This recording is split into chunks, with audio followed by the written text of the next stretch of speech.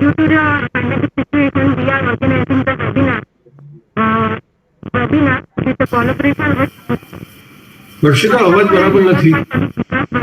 વર્ષિતા lead a short movie on this on the celebration of World Wetlands. Harshita ma'am,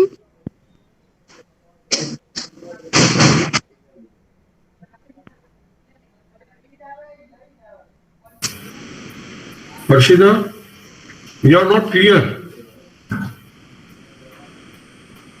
અરે તમારો અવાજ clear નથી આવતો સાહેબ. કોઈ છે તમને અવાજ નથી આવતો સર? એ વર્ષિતા કે આજે નાનો ડોટ્સ તમારો અવાજ આવે છે પણ ક્લિયર અવાજ નથી આવતો. ક્લિયર અવાજ નથી. સરનો અવાજ સંભળાય છે તમને? મારો અવાજ છે clear? Is my voice audible? અવાજ સંભળાય છે? No, it's not clear. Yes sir. Sir એમને ફોનમાંથી કર્યું. અરે ફોનમાંથી હોય તો પણ જોઈન તો વોરા સાહેબ આપનો અવાજ થોડો ઇકોઈંગ થાય છે. હા બરોબર છે. ઇકોઈંગ થાય છે. ઓકે, ક્યારેક ટ્રાય કરું બીજી જગ્યાએ શિફ્ટ થવા માટે. ના હવે બરાબર આવે છે. ના એ દેખાય જ છે અહીંયા પોઝિશન જે છે. ઓકે આ છે ને અહીંયા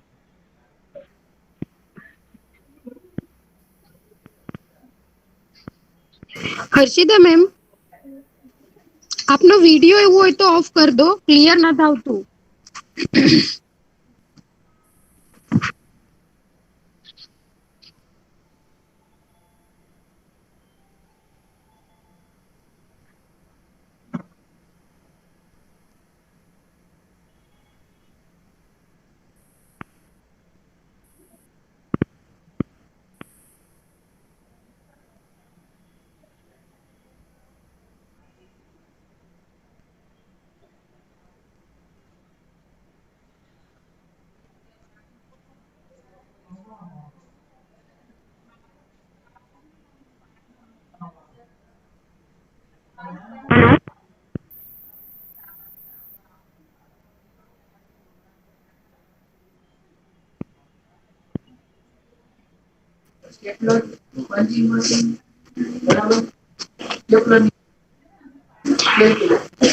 मैम आपनु अनम्यूट करो.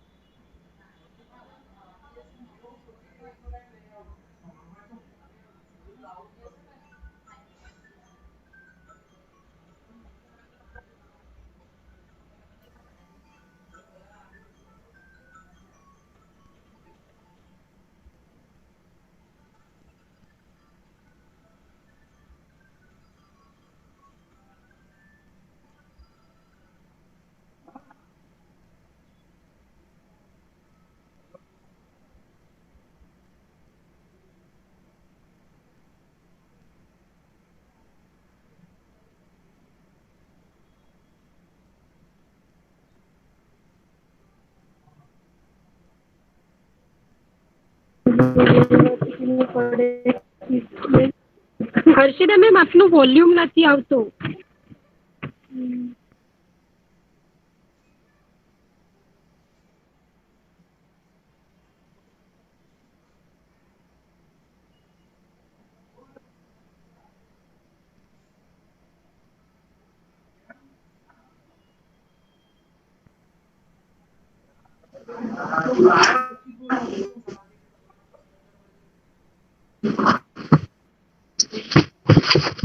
हर्षिता मैम,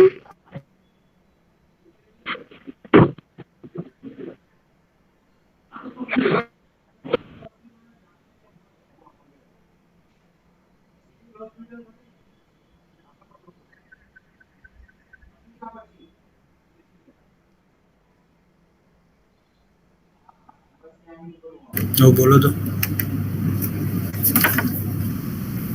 બેન અવાજ આવે છે હવે? ના, હા, yes yes yes ma'am, now it's audible. Not audible. અરે આવે છે madam, it's audible. Okay. Good afternoon, all of you. Welcome to the online webinar of World Wetland Day. Simply stated, wetland are the part of our landscape that are defined by the presence of water. Every year, World Wetland Day is celebrated on 2nd February to raise the awareness about the wetland. Today, in the collaboration with the GUJCOST, GCSE is organizing a webinar on World Wetland Day due to this pandemic situation. Today with us, our resource person are Shri H.C. Modi sir. Sir is the IAS officer and Executive Director of Gujarat Science City. Dr. Narottam Sahu sir. Sir is the advisor of GUJCOST. Shri Uday Vora sir. Sir is the Chief Conservator of Forest Retired, Government of Gujarat. Dr. Ketan Tatu sir, Senior Scientist of the Gir Foundation, Gandhinagar. Dr. Jayendra Lakhmapurkar, Director of Gujarat Ecological Society, Vadodara. Dr. Ranjit Singh Devkar sir. Sir is the Professor of Geology, MS University, Baroda. I heartily welcome all our dignitaries to the online webinar of World Wetland Day. First, I request Shri H.C. Modi sir, our Executive Director of Gujarat Science City, to brief about this program. I request sir for the speech. Good afternoon, all of you. I am Harshvardhan Modi, Executive Director at Science City. Recently joined, completed 1 month over here, and look forward to be here for 5 more months. Today, it's a Wetland Day. We celebrate this today as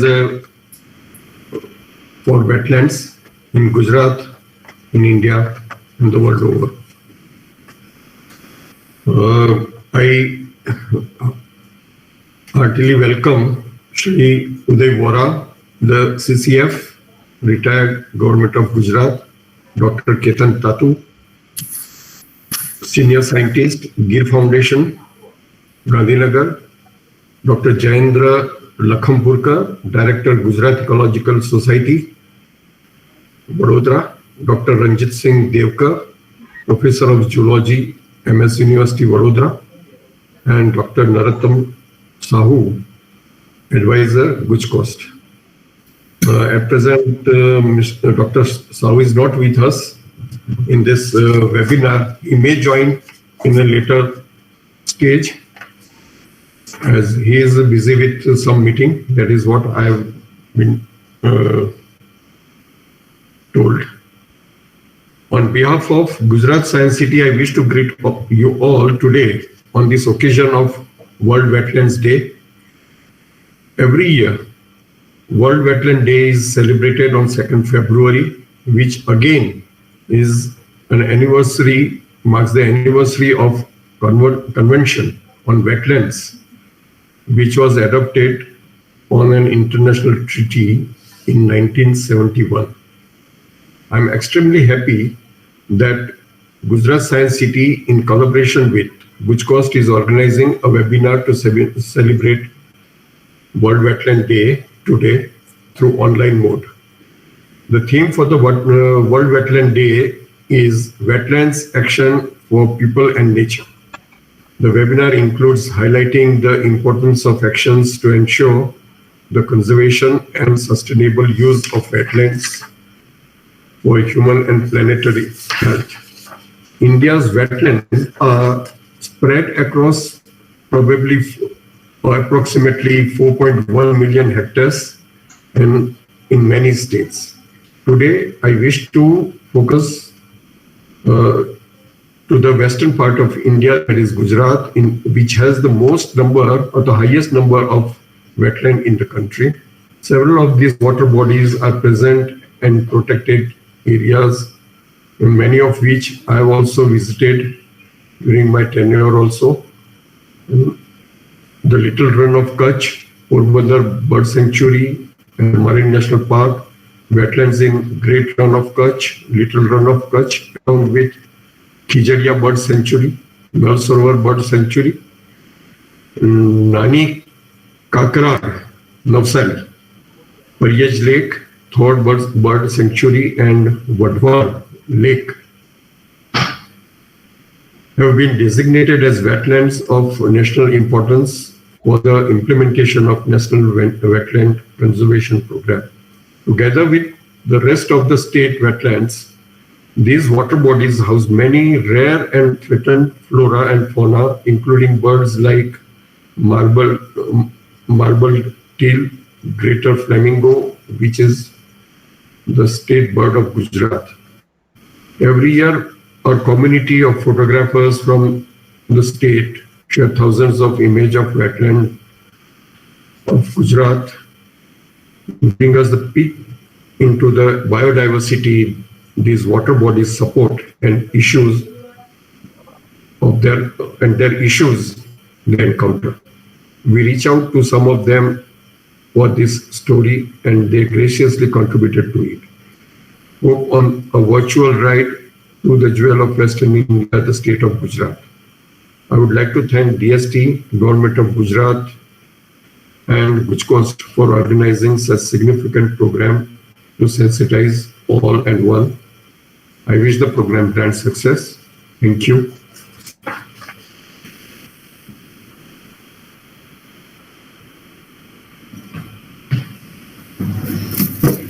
Thank you so much, sir, for such nice informative speech. Now I would like to request Dr. Ketan Tatu, sir. Sir is the senior scientist of Gir Foundation, Gandhinagar. Sir is also the member of ecological expert of Gujarat State Wetland Authority. And the topic for today's session is ecological value, ecosystem services of wetland, justification for the wetland and action.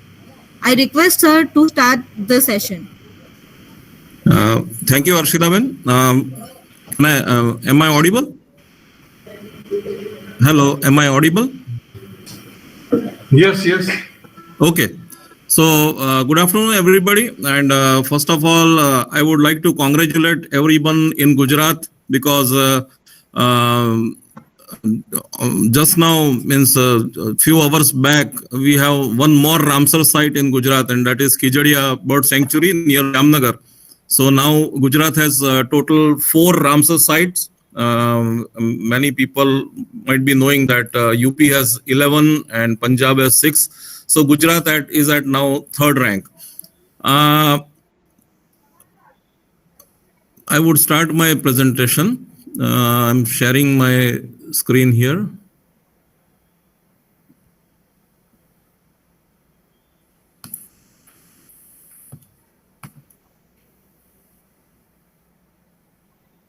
Sharing. Okay. Can it be seen on the screen? Yes, sir. Yes, sir. I hope everybody can see my presentation on the screen. Hello. Yes, sir. Presentation is visible. Hello. Yes, sir, it's visible. It is visible. Am I audible? Yes, sir. Yes, sir. Yes, sir. So I am starting my presentation here. My today's topic is ecological values and ecosystem services of wetlands.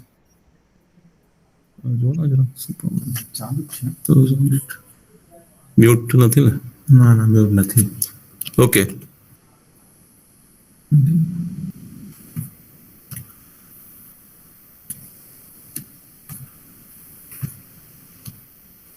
ચાલુ જ છે.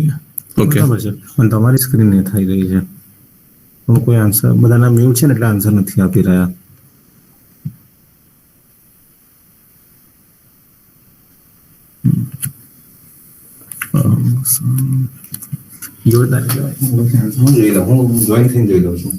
So my today's topic is ecological values and ecosystem services of wetlands, and justification for wetlands action. So we all know that the global theme for World Wetlands Day 2022 is the wetlands action for people and nature. Okay, so I want to justify why these wetland actions is needed and what are those actions. Okay, so that is in nutshell about my presentation. But before that, I will also give some basic understanding about wetlands.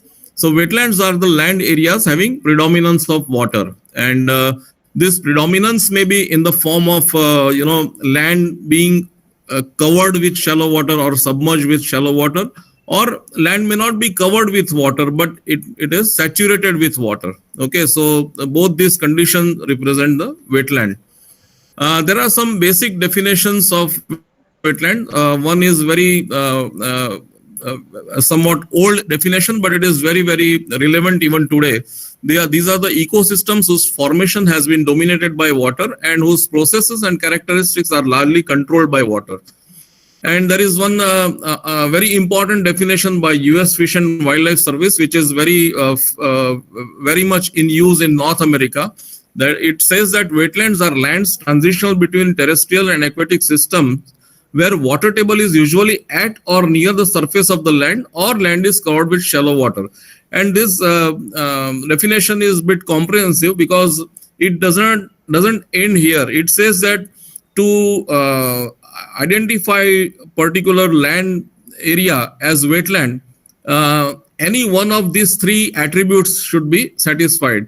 Number one is that land should be at least periodically supporting hydrophytes. Hydrophytes, we know that they are the aquatic plants. That they may be submerged plants, or they may be floating leaf plants, or they may be emergent plants, etc. So one of the attributes is that land should have predominance of hydrophytes at least periodically. It is not necessary that these kinds of plants should be present all the year round. Okay, so that is number one attribute. Second is the substrate of that land is mainly undrained hydric soil. So hydric soil is the soil which is frequently inundated or flooded or ponded, and that kind of soil is if you check its micro environment, it has scarcity of oxygen. Okay, so it is a kind of partially or completely anaerobic soil. Okay, so that is hydric soil. And then third attribute is that the substrate may be non-soil, and which is saturated with water. It actually represents the peat condition. So there are peatlands in many parts of the world. So these kinds of peatlands may not have soil as its basin, but the substrate may be constituted of peat. Peat means very slowly decomposing vegetation matter. Okay, very, very, very slowly. Okay, so these are the three conditions or attributes by which US Fish and Wildlife Service identifies whether particular land is wetland or not. And this is famous definition by Ramsar Convention 1971. It says that areas of marsh, fen, peatlands and water that is natural or artificial, permanent or temporary, with water that is static or flowing, fresh, brackish or salt, including the areas of marine waters, the depth of which at low tide does not exceed 6 meters at low tide. Okay, so it is a kind of habitat-oriented definition, and it is quite natural because when Ramsar Convention came into existence, initially it was called Convention for Conservation of Internationally Important Wetlands as Waterfowl Habitat. So originally it was laying emphasis on waterfowl habitat value of this wetland, but later on that phrase was dropped out. So that's why they have tried to cover many waterfowl habitat, waterbird habitat. So it may cover marsh or fen, peatlands, and then they use the word water, which is very, very broad. Water, it can be natural, artificial, permanent, temporary, etc., static, flowing, etc. Okay, and they have said that it also covers the marine water area, the depth of which at low tide does not exceed 6 meters, because this 6 meter has come from the fact that many diving ducks, sea ducks, they dive up to 6 meters to fetch their food from the water column. So I just gave some very important definitions of wetland, and these are the wetland types as per the Ramsar Convention. It may be fresh, brackish, salt. Under fresh, you can include flowing and static, and under salt, basically they are static wetlands. So these are all the types present in India, like rivers, streams, lakes, marshes, salt lakes, intertidal areas, then salt marshes and mangroves. And if you talk about the artificial or man-made wetlands, so they are also covered under wetland types by Ramsar Convention definition. So basically they may be dams or reservoirs, paddy fields, ponds, salt pans, etc. And in all, there are about 42 types of wetlands in the world as per the Ramsar Convention classification of wetlands. Just I wanted to share information that in the world, 6.4% of the geographical area is considered of wetlands. Okay, if we think about India, then about 15.26 million hectare are under wetland, which constitutes about 4.63% of the geographical area of the country. It includes about 41,000 square kilometer of coastal wetland, and rest of them is inland wetland area. If we come to Gujarat, we have wetland area of 34,749 square kilometer, which is highest among all the states of India. So if we think the total wetland area of India, Gujarat's wetland area constitutes about 23%.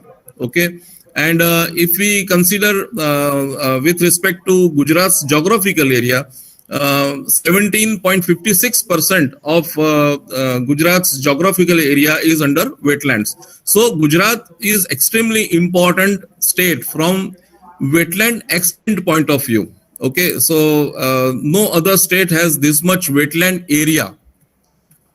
These are some important wetlands of Gujarat, which are nationally considered important.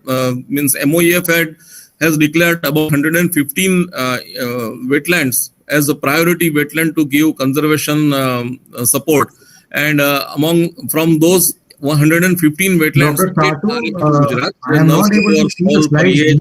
Then Khichdiya, Little Run of Kutch, Great Run of Kutch, Vadavana, and Kathmandu. Hello. So coming to central of my topic today. Hello, Dr. As I said earlier, the global theme to celebrate 2022 World Wetlands Day is Wetlands Action for People and Nature. Okay. So organizers kindly pointed out what are those actions? Those actions are slides are not moving. Shown in a small video clip. I hope everybody can see that. No.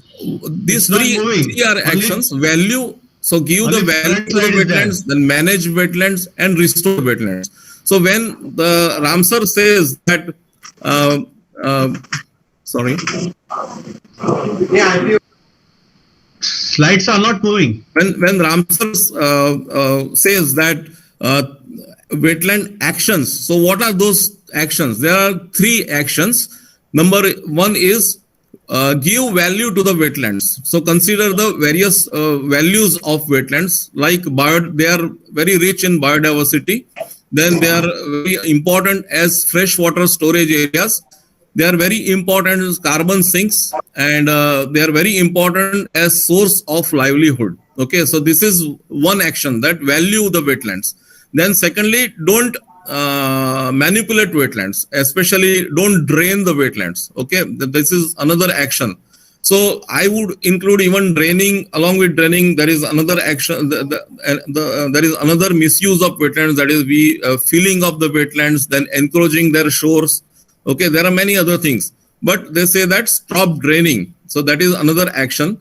And then third action is either restore those wetlands. The wetlands which are already degraded, we have to restore them. So these are the three actions recommended by Ramsar to celebrate this World Wetlands Day. Okay, so that is very important to remember.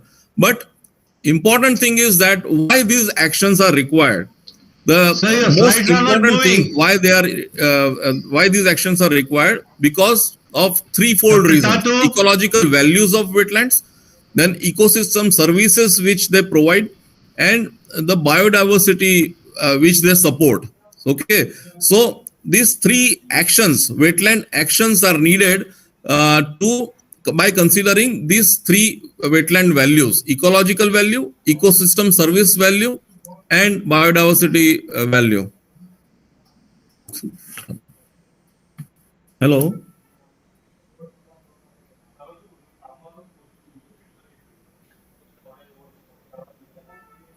No, but I cannot hear anybody's voice. Actually, they should manage, what I feel. Yeah, I'm sharing the slides. Full screen કરવી પડશે. I would try. Let me try. શું કહો તમે?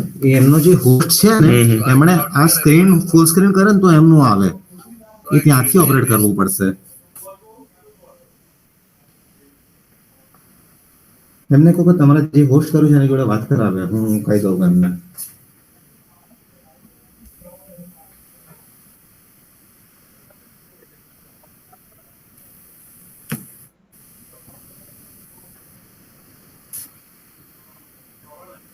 મેં આમાં પણ message નાખ્યો. Hello. હા હર્ષિતાબેન, મને દેવકર સાહેબ એવું કીધું કે સ્ક્રીન પર કશું દેખાતું નથી.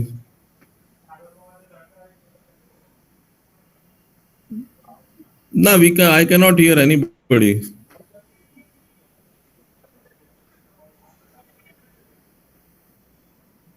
તો અચ્છા, ઓકે, ઠીક છે. એકવાર ફરી લેફ્ટ થઈને ફરી જોઈન કરો. ઓકે, બધું કમ્પ્લીટ ચાલે છે.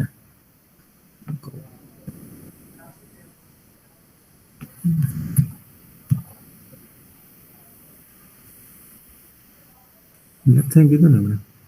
એકવાર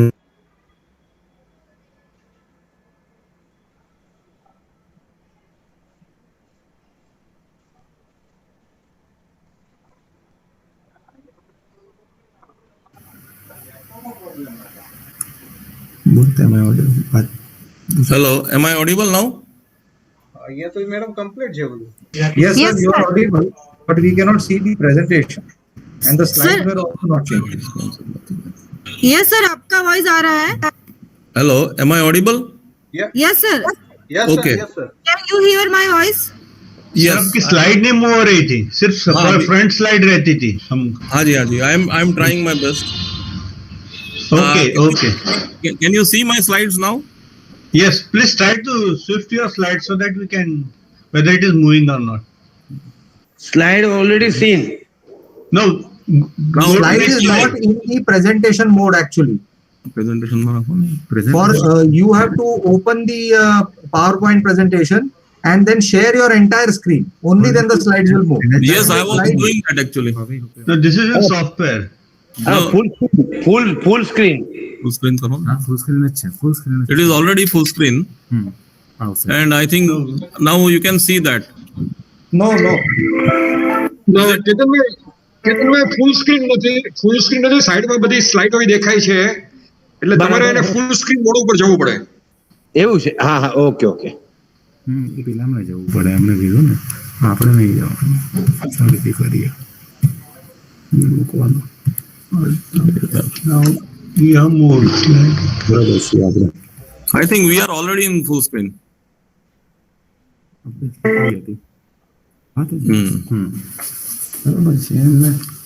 Is it visible? Because we are already seeing on our mobiles also. Yes, sir, visible. Okay. So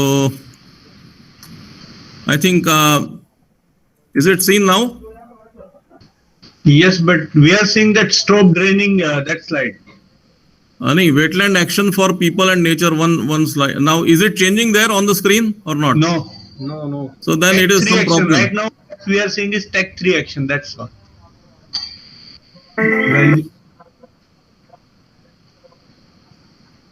Anyway, I will just speak out. No problem.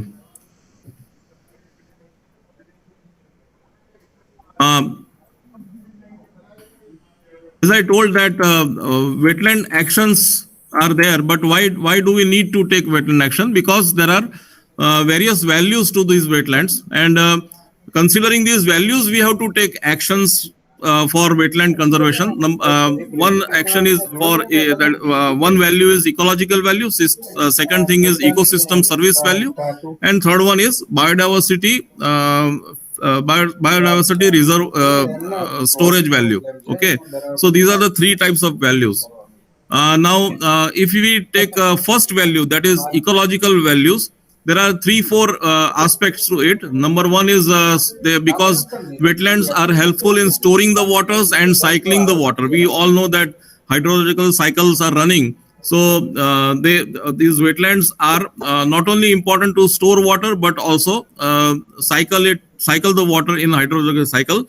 Then second thing is wetlands are also important for nutrient trapping and cycling the various nutrients. Like we all know that when rainwater runoff is there, it is carrying a lot of nutrients, especially phosphates and nitrates and many other nutrients. So wetlands help in trapping those nutrients. They store those nutrients. They don't allow nutrients to get drained along with the rainwater. So that is another important ecological value of the wetland. And then these trapped nutrients, they are provided to the aquatic plants. Okay, and on these aquatic plants, many other aquatic animal depend. So they provide, these wetlands provide nutrients to aquatic plants, and they provide food to the aquatic animals like fish and ranging from fish to many other invertebrates and vertebrates like water birds. And then the one very famous ecological value of the wetland is providing refueling or stopover sites to many long distance migratory birds that I think Warasab will cover in his presentation.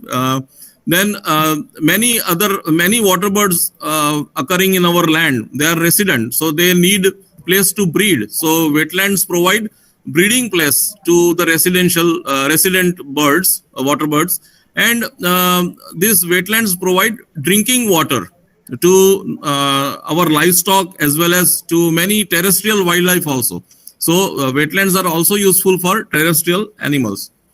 I hope you can see something on the screen because I have made a graphical representation of wetland values. Ecosystem services, rather, I'm sorry. Ecosystem services of wetlands, which include flood control, then groundwater recharge, soil erosion control, then working as climate change buffers, then water supply during drought period, then providing food to human beings and fodder to the livestock, and providing recreation opportunities, recreation, ecotourism, as well as nature education activities. So all these are kind of ecosystem services. So just now, again, recall please that why I'm talking all this, because I want to reiterate that wetland actions are needed because these are all different values of wetlands. Number one, I already told, that is ecological values. Now, right now, I am talking about the ecosystem services which are being provided to human society by various wetlands. So I told about 6-7 ecosystem services. There may be some more also. But one of the most important ecosystem services, flood control, and that's why we should take wetland actions, to conserve them. So flood control is very important use of the wetland because they are a bit, these wetlands are in depression. Their basins are under some depression. So whatever rainwater runoff comes, it is stored in this depression area, and these wetlands work like sponges. જેને આપણે ગુજરાતીમાં વાદળી કહીએ છીએ. So these wetlands absorb the flooding water. Okay. There is one famous example at world level, and that is Fentanyl Wetland, and it is very huge wetland. It is an inland wetland having an area of over 1,80,000 square kilometer. It is said that its area is as big as England. So you can imagine how huge it is. It is located in 3 countries: Brazil, Bolivia, and Paraguay. Okay, so there is a big river also, and this big river is called Paraguay River, and which is I think it is the second longest river in South America, having the length of about 2,700 kilometers. So when flood come in this river, you can imagine how mighty this flood would be in such a big river. Okay, so but fortunately, this Fentanyl Wetland traps its flooding water. It absorbs its flood water because it has very huge area. Though that river is very big, this Fentanyl Wetland is also very big. So all the flood water of this mighty river is absorbed by this huge wetland called Fentanyl Wetland, which is located in South America.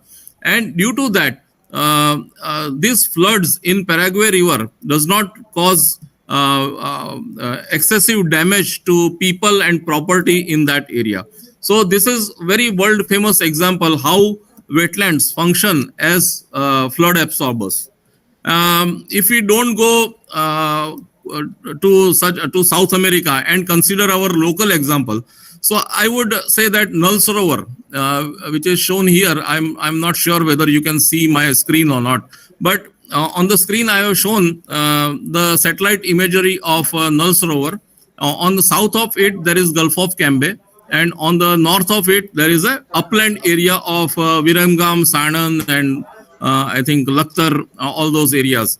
Okay, so whenever there is excessive rain, which happens quite often, the rainwater runoff from the upland area does not directly go to Gulf of Cambay, okay, or it does not penetrate into villages directly, because there is a big wetland called Nal Sarovar, whose area is, according to Space Application Center Atlas, is 147 square kilometer. But it is in the management plan of Nal Sarovar by Forest Department, it is said that the area can swell up to 350 square kilometer during a good rainfall period. Okay, so just imagine, I have shown here, there are at least 13-14 villages around Nal Sarovar.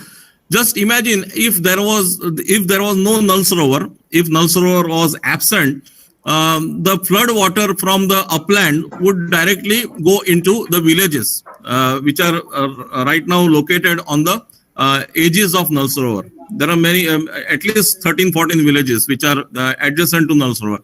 So if Nal Sarovar were absent, this flooding water would directly damage the people and livestock of that area. But it is not happening like that, because Nal Sarovar is very much there. And I don't know if you can see a slide on my screen. When there is excessive rainfall, good rainfall, people say that Nal Sarovar is like a mini sea. It is said by local people, whosoever sees that.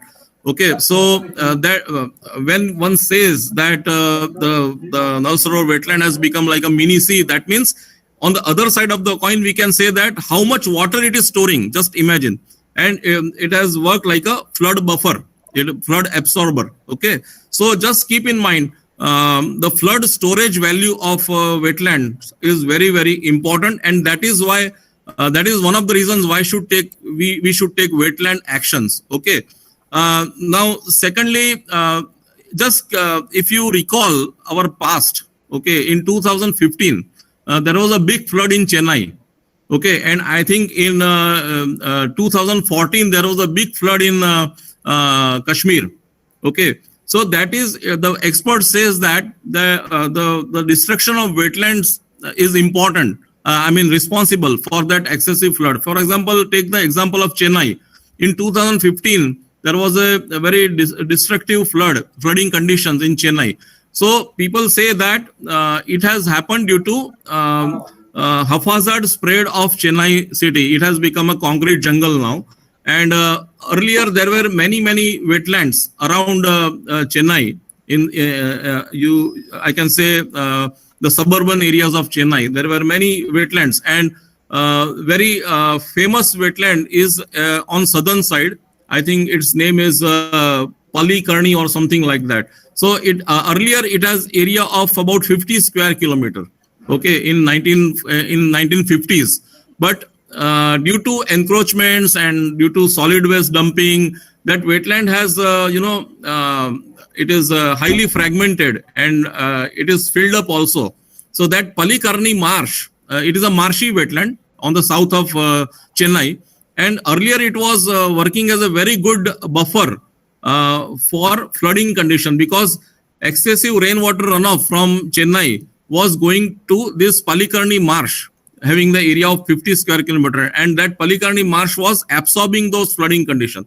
But when this Palikarni marsh and other wetlands around Chennai got filled up, or when they got encroached upon, that function of these wetlands was disrupted. It was disturbed, and that's why there was no space for excessive rainwater runoff to go somewhere to get stored, and then the water remained in the city itself, creating the flooding condition in the city itself.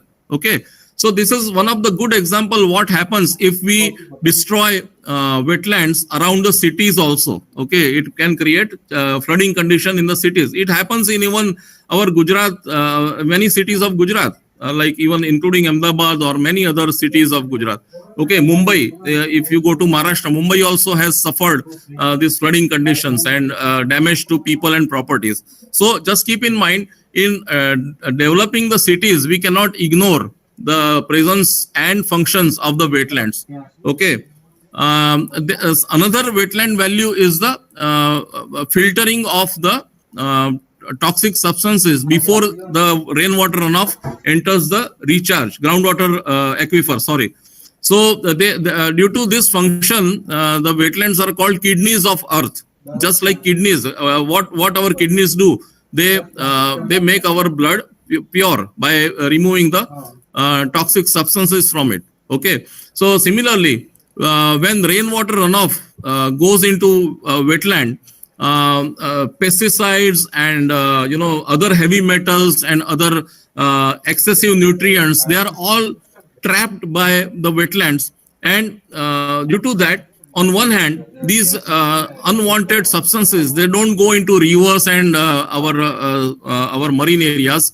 It is trapped in the wetland. And secondly, before this water penetrates into groundwater aquifer, these harmful heavy metals and pesticides, they don't go into the our groundwater aquifers. So that's why they are called kidneys of earth.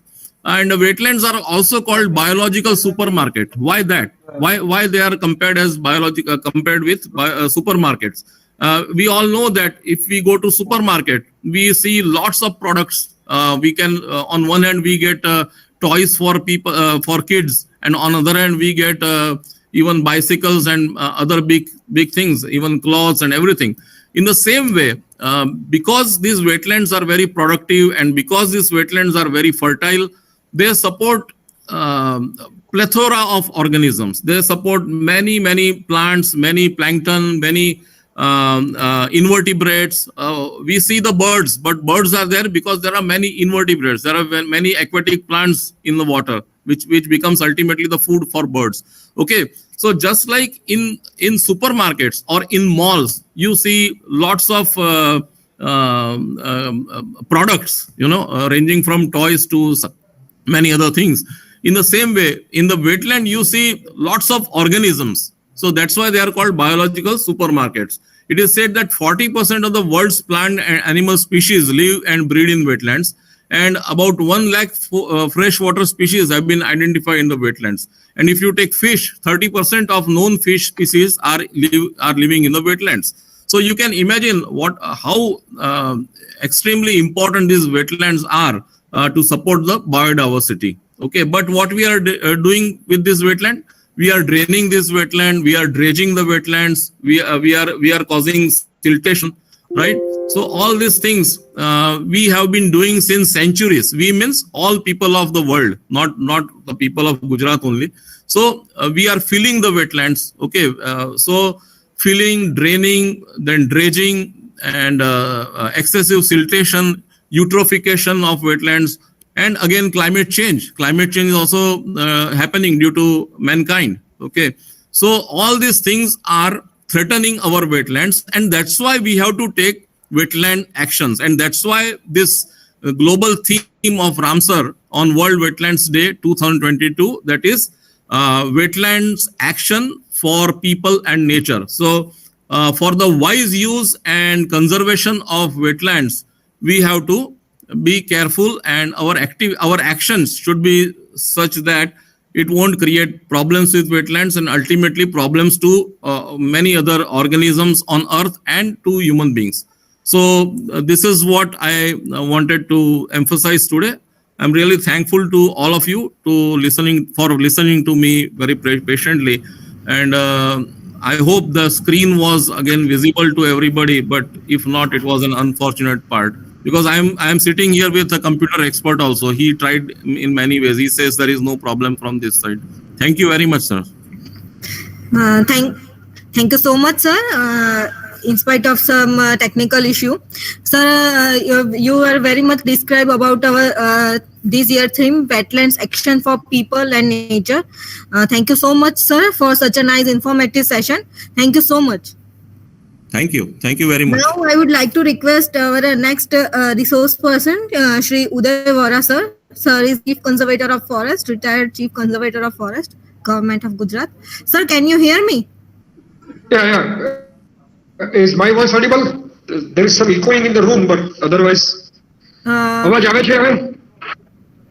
Yes, sir. મારો અવાજ આવે છે? તમારો અવાજ આવે છે, sir, પણ થોડોક ઇકો છે. હા, ઇકો આ રૂમમાં એ ઇકો રૂમનો હશે કદાચ. એક જ મિનિટ. અત્યારે મેં છું ને. ઓકે, હવે ઇકો ઓછો થયો? હા, હવે બરાબર છે, સર. હેલો. હા, હવે બરાબર છે. Now it is better. Okay, thank you. I am outside the room now, somewhere in the Nal Sarovar itself. Thank you very much, Arshida ji, Devkar sahib, and all other. બહુ થોડા સમયની વાત કરવાની છે અને કેતનભાઈ લેફ્ટ કર્યું છે ત્યાંથી જ હું ચાલુ કરવાનો વિચાર કરું છું. Let me see whether I can share a screen or not.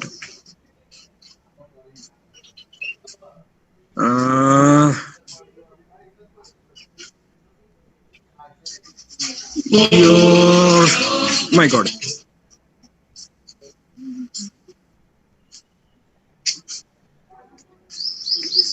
આવે છે અવાજ હવે? Hello. Yes, sir, clearly. Okay. I'm sorry, આ મોબાઈલમાંથી મારે કેવી રીતે શેર કરવું એ નથી થતું, મારું શેરિંગ થતું નથી.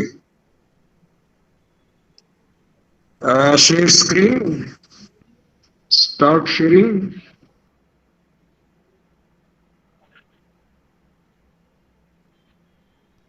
Start now. Now which screen is? Sir, હવે તમારો પાવર પોઈન્ટ ઓન કરો એટલે દેખાશે. અત્યારે તમારી સ્ક્રીન દેખાઈ રહી છે. આપણે એટલે એ સ્ક્રીનમાં પાવર પોઈન્ટ ને દેખાડે હવે? દેખાય છે. હવે એરિયા અંડર વેટલેન્ડ્સ દેખાય છે. હવે દેખાય છે પીપીટી. એરિયા અંડર વેટલેન્ડ્સ દેખાડું ને? હાજી, હા, દેખાયું. I prefer to. Okay. કેતનભાઈ ડેટાની વાત કરી અને હું આજે તે વિદ્યાર્થીઓ સાથે વાત કરતો હતો કે we should be proud of our resource. Gujarat આખા દેશની અંદર સૌથી વધારે વેટલેન્ડનો વિસ્તાર ધરાવે છે. ડેટાની દ્રષ્ટિએ જુઓ, નંબર્સની દ્રષ્ટિએ જુઓ, વિસ્તારની દ્રષ્ટિએ. અને ઇવન ઇન્ડિયન વેટલેન્ડ્સમાં પણ આપણે નેશનલ એવરેજની સાથોસાથ જ છીએ.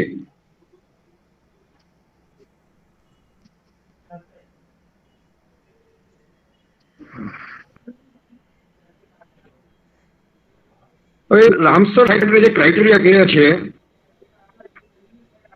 આપણે બહુ ડિટેલમાં નથી જવું, પણ માત્ર નંબર આપણે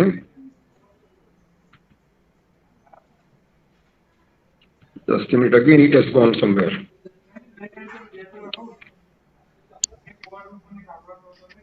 Hello. Yes, sir. Yes, sir, you are audible. અવાજ આવે છે ને? શેરિંગ બંધ કરી દઉં છું, સ્ક્રીન શેર બંધ કરી દઉં છું. હવે ટ્રાય કરું પછી.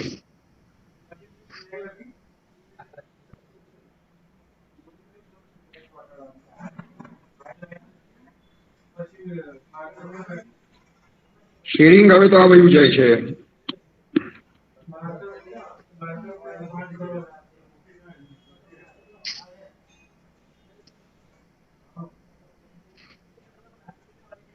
શેરિંગ બંધ કરી દો છો. અત્યારે સ્ક્રીનને શેર કરવાની વાત રહેવા દઈએ. બે ત્રણ જે અગત્યની વાત જે મારા મનમાં આવે છે મારે આપણી સાથે શેર કરી રહ્યો છું કે આપણી પાસે ગુજરાતનો આટલો મોટો વિસ્તાર, આપણી પાસે સારામાં સારી વેટલેન્ડ્સ છે. અને કેતનભાઈએ કહ્યું એમ આજે એક આનંદની વાત છે કે આપણે ચોથી રામસર સાઇટ આપણા ગુજરાત રાજ્યમાં ડિક્લેર કરી શક્યા અને એક ખીજડીયાની. પણ રામસર સાઇટ ડિક્લેર કરવાના આપણે ક્રાઇટેરિયા જ્યારે જોઈએ છીએ ત્યારે એમાંનો એક ક્રાઇટેરિયા એવો છે કે 20,000 કરતા વધારે પક્ષીઓ વર્ષો વર્ષ એ વિસ્તારમાં મળતા હોય તો એ રામસર સાઇટ માટે ક્વોલિફાય થાય. ગુજરાતની અંદર ઓછામાં ઓછી 18 સાઇટ એવી છે કે જ્યાં 20,000 કરતા વધુ પક્ષીઓને જાળવતી હોય. નળસરોવર, થોળ, વઢવાણા અને ખીજડીયા આ 4 તો આપણે રામસર સાઇટમાં જાહેર કરી. આપણા જે બીજા વિસ્તારો છે, નડાબેટની વેટલેન્ડ એટલે કે મોટા રણનો જે બનાસકાંઠાને અડીને આવેલો ભાગ જે છે એ વિસ્તાર ઇવન ઓછો વરસાદ હોય તો પણ 2 લાખ કરતા વધુ પક્ષીઓ અને સારા રેઇનફોલમાં 6 લાખ કરતા વધારે પક્ષીઓનું આશ્રય સ્થાન બને છે. કોડીનાર પાસેની કાજની વેટલેન્ડ, કાજ વેલણ વેટલેન્ડ કોમ્પ્લેક્સ, એ પણ 1 લાખ કરતા વધુ પક્ષીઓનું જ્યારે બધી વેટલેન્ડ લઉં ત્યારે, અને કાજની અંદર એક જ સમયે એક સાથે 32,000 કરતા તો વધારે ક્રેન્સ નોંધાયેલી છે. આવી જ રીતે આપણું ગોસાબારા મોકરસાગર કોમ્પ્લેક્સ, અમીપુર ડેમ, બરડા સાગર, મેઢા ક્રીક, આવા 20 કરતા વધારે વિસ્તારો છે કે જે 20,000 કરતા વધુ પક્ષીઓને આશ્રય સ્થાન આપતા હોય. આપણો ખંભાતનો અખાત, બહુ બીતા કહું મારા મિત્રો સ્વર્ગસ્થ ભભૂતિભાઈ પારાશરીય સાથે મારે કાયમ એમાં ડિબેટ થતી હતી કે કેટલા આંકડો 2 લાખનો હોય અને અમારા ભભૂતિભાઈનો આંકડો 4 લાખનો 5 લાખનો આંકડો હોય. એક વસ્તુ નક્કી કે લાખોની સંખ્યાની અંદર લેસર ફ્લેમિંગો ખંભાતના અખાતની અંદર દર શિયાળામાં આશ્રય મેળવે છે. બહુ અગત્યનો વિસ્તાર બની જાય. ગુજરાતની અંદર આવા અસંખ્ય વિસ્તારો. રામસર સાઇટ પરનો બીજો ક્રાઇટેરિયા જે છે 1% બાયોજોગ્રાફિક પોપ્યુલેશન. કોઈ પણ પ્રજાતિની 1% કરતા વધુ સંખ્યામાં વસ્તી એક જ વિસ્તારમાં જોવા મળતી હોય તો આપણે એને રામસર સાઇટને અંદર આપણે સમાવેશ થઈ શકે.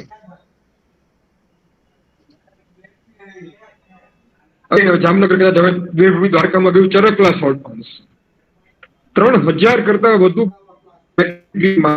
જ વિસ્તારમાં જોવા મળે. તો એવી જ રીતે ઇવન ભાવનગરના સોલ્ટ પાન કે જ્યાં આગળ 10-20,000 ફ્લેમિંગો એ એક બહુ સામાન્ય વસ્તુ બાબત છે. આપણી ભાસ્કરપુરાની વેટલેન્ડ તો ત્યાં પણ આટલી મોટી સંખ્યાની અંદર પક્ષીઓ આપણને જોવા મળતા હોય.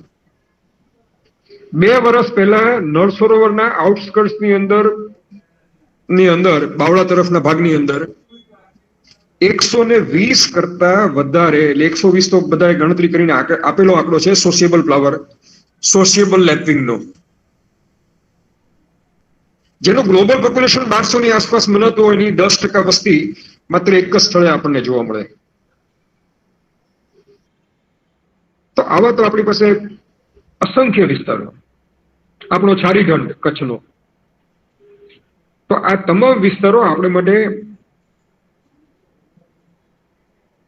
ખૂબ જ અગત્ય. બીજી આપણે આટલી મોટી સંખ્યામાં નળ સરોવરનો આપણો 2020 ની ગણતરીનો આંકડો લગભગ 3,15,000 આસપાસનો હતો.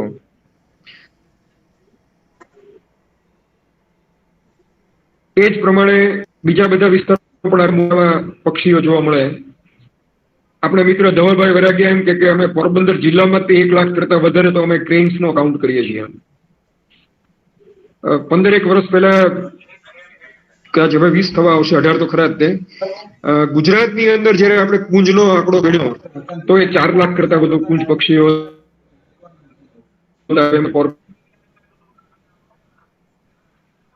તો આ એક બહુ અગત્યની વસ્તુ છે કે જેને આપણે બધાએ, હું કોઈ એક વ્યક્તિને કે એક વિભાગને નહીં કહું, આપણે મળી અને એની કદાચ અવગણના કરી છે એવું મને એમાં હું પણ આવી ગયો. પ્રજાતિના બ્રીડિંગ માટે પ્રખ્યાત છે. તો વઢવાણાની બાજુમાં પણ એક પેર બ્લેકનેક સ્ટોકની બ્રીડ કરી રહી છે. છૂટાછવાયા કેટલાક સ્થળોએ આપણને બ્લેકનેક સ્ટોક બ્રીડ થતી જોવા મળે છે. અને હમણાં છેલ્લા કેટલાક સમયથી ગુજરાતની અંદર નવી નવી પ્રજાતિઓ જે આપણને જોવા મળી રહી છે. ગત વર્ષે ગુજરાતની અંદર પહેલીવાર રેડ બ્રેસ્ટેડ ગૂઝ નોંધાયું. આપણા બધા પક્ષી નિરીક્ષક મિત્રો દોડીને આવ્યા. મદ્રાસથી, કલકત્તાથી, બેંગ્લોરથી, આખા ભારતમાંથી, દિલ્હીથી ઘણા બધા પક્ષી નિરીક્ષક મિત્રો માત્ર રેડ બ્રેસ્ટેડ ગૂઝને જોવા માટે થઈને અહીંયા આપણી પાસે આવ્યા. રેડ બ્રેસ્ટેડ ગૂઝ આ વર્ષે પણ ગુજરાતની અંદર આપણે નોંધાયું. શરૂઆતની અંદર નાના રણના વિસ્તારમાં હતું, એક ટૂંકા સમય માટે થોળમાં આવ્યું અને અત્યારે નળ સરોવરના વિસ્તારની અંદર નિયમિતપણે જોવા મળે છે રેડ બ્રેસ્ટેડ ગૂઝ. ગયા વર્ષે નળ સરોવરમાંથી થોળ પરત ગયું હતું. આ વર્ષે શું બને એ આપણે જોવાનું રહે. એવી જ રીતે માર્બલ ટીલ મને પાકું યાદ છે 1992-93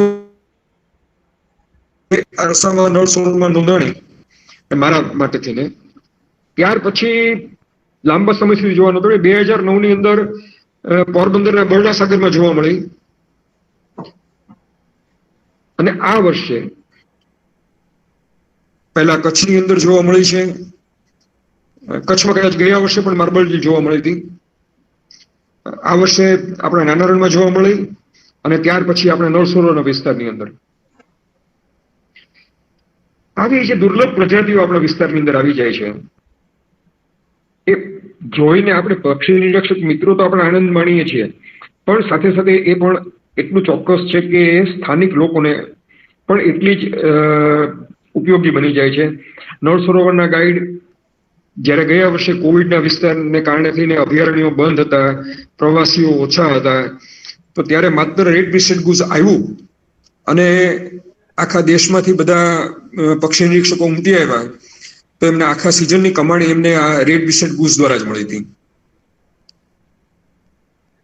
એવું એક બીજું ઉદાહરણ આપવાનું મને ઈચ્છા થાય એ આપણા ગ્રે લેગ ગીઝનું. ગ્રે લેગ ગીઝ ગાજહંસ જે છે 2012ની અંદર K65 નંબર નાખેલી ટેગ, નેકબેન્ડ થી જે ટેગ કરેલું ગ્રે લેગ ગૂઝ હતું એ આપણને વઢવાણામાં જોવા મળ્યું.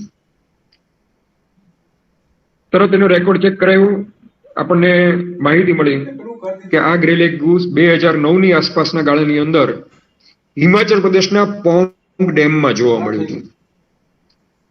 આ પછી 13, 14, 15, 16 આ સતત વર્ષો સુધી કે 96 નંબરનું ગ્રે લેગ ગૂઝ વઢવાણામાં નોંધાયું.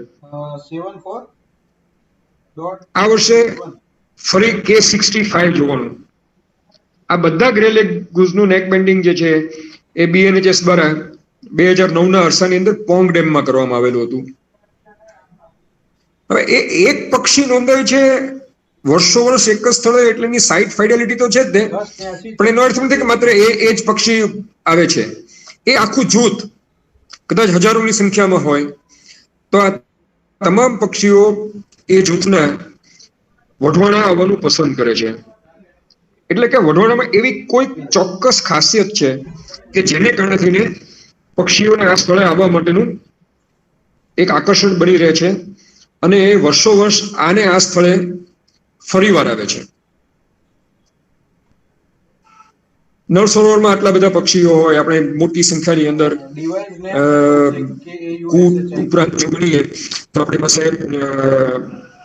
શોવેલર્સ હોય, પિન્ટેજ હોય, ગાર્ગનીઝ હોય. હવે આટલી મોટી સંખ્યામાં આવતો હોય એટલે એ આખું જૂથ વર્ષો વર્ષ આવતું હોય. ઇટ ઇઝ નોટ કે દર વર્ષે નવા પક્ષીઓ આવ્યા.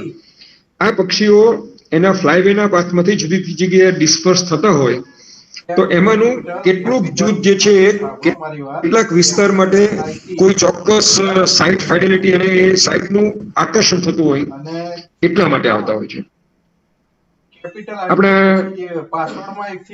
જે આપણો ફ્લાયવે જે છે, સેન્ટ્રલ એશિયન ફ્લાયવે જે છે, એમાંના લગભગ 121 પ્રજાતિના વોટરફાઉલ્સ જે છે એ આ વિસ્તાર જોવા મળે છે. તો એનો અર્થ એવો થયો કે આ 121 પ્રજાતિઓ માટે ગુજરાત ખૂબ જ અગત્યનું સ્થાન ધરાવે છે. અને એમાં ગુજરાતના આપણા જળવાયુ વિસ્તારો જે ગુજરાતના લોકોએ તે સાચવવાના રહેશે, ગુજરાતના લોકોએ ભેગા અને સાથોસાથ આ જળવાયુ વિસ્તારનું સંરક્ષણ થાય, જતન થાય એને માટે પ્રયત્નો કરવા પડશે. અને એને માટે આપણે બધાએ એક થઈને પ્રયત્નો કરવા પડશે એવું મારું માનવું છે. વધુ વાત નથી કરતો, મને 15 મિનિટનું કહ્યું હતું. I think that is good enough. બીજા કોઈ પ્રશ્નો હોય આપણે 5 મિનિટ વાત કરી શકશું, 2-4 મિનિટ. કોઈને કઈ પ્રશ્નો હોય, કોઈને એડિશન કરવું હોય, પ્લીઝ. અશ્વિતાબેન અવાજ આવે છે? યસ સર, આપનો વોઇસ આવે છે સર. સર આઈ થિંક આપણે ક્વેશ્ચન આન્સર લાસ્ટમાં રાખેલું છે. કોઈને બી પૂછવા હશે તો બધા એ પૂછી લેશે. બરોબર સર? Okay, please please. Thank you. Okay, thank you so much sir for such a nice informative session. Wetlands અને બર્ડ્સનો બંનેનો આપનો સર બહુ બહોળો અનુભવ છે અને બહુ સરસ રીતે આપણે સમજાવ્યું. Move for the next session for not wasting time. Next session is for Dr. Jayendra Lakhmapurkar sir. Sir is the director of Gujarat Ecological Society, Vadodara, and the topic of the sir is ecosystem status and conservation needs of wetland in Gujarat. I would like to request sir to start the session. Okay, good afternoon everybody. Am I audible? Am I audible? Yes sir. Yes sir. આવે છે. Okay, now I'm sharing the slide, the screen. तो ID में 2 password चलता है, तो अभी एक laptop में चालू है और एक सिस्टम में चालू है. तो आपका ईमेल एड्रेस का मैंने भेजा है, सबका ईमेल गवर्नमेंट का बना, उसके बाद आ जाए. क्योंकि एक आईडी होता है ना, उसमें 2 लोग एक्सेस कर सकते हैं. Yes. Can it be same? Is it visible? Yes sir, visible. Okay, ecosystem status and conservation needs of wetlands of Gujarat. So many things has been talked about, so I'll a little bit fast, but still there are some issues which I'll discuss. So yes, there are now 4 Ramsar sites, Khijadia wetland. Out of this 4, only 1 is natural. 1 are irrigation tanks, but that doesn't matter actually. They are very old wetlands, so they have been sort of naturalized. So a very good biodiversity they support. And Khijadia, of course, recently added, is a unique wetland. Gujarat wetland area has been discussed. It is one of the prime wetland state of country because of so many uniqueness. We have Kori Creek, mangroves, rich area, coral reefs, which are unique because they are in isolation, and northernmost coral occurring in this Arabian Sea.